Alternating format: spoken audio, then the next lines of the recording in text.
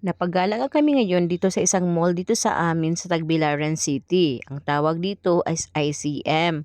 Malapit lang ito sa ICM at saka sa Cyber City, may nagtitinda dito ng mga food bazaar. Hindi lang food yung tinda, kundi may mga abubot pa ang tinitinda. Maraming mga stalls, mga ukay-ukay. Tapos ang saya ng area na yan. Kaya nung pumunta kaming ICM ay talagang pinuntahan namin yung lugar, tinitingnan namin kung anong meron.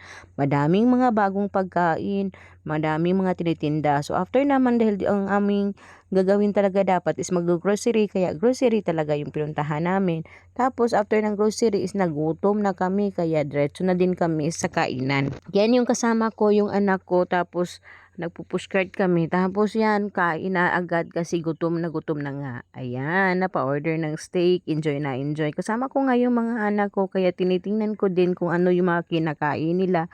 Tapos sinicheck ko na din kung ano yung matitira nila kasi sayang naman, baka hindi nila magustuhan. Actually, hindi naman kasi potatoes, ano yun ha, mashed potato. Ang sarap talaga. Tapos, pag ano kasi, anong matira nila ay inuubos ko kasi sayang din naman yung mga hindi nila kinakain, 'di ba? Kailangan walang matira sa plato unless hindi ko din kayang ubusin.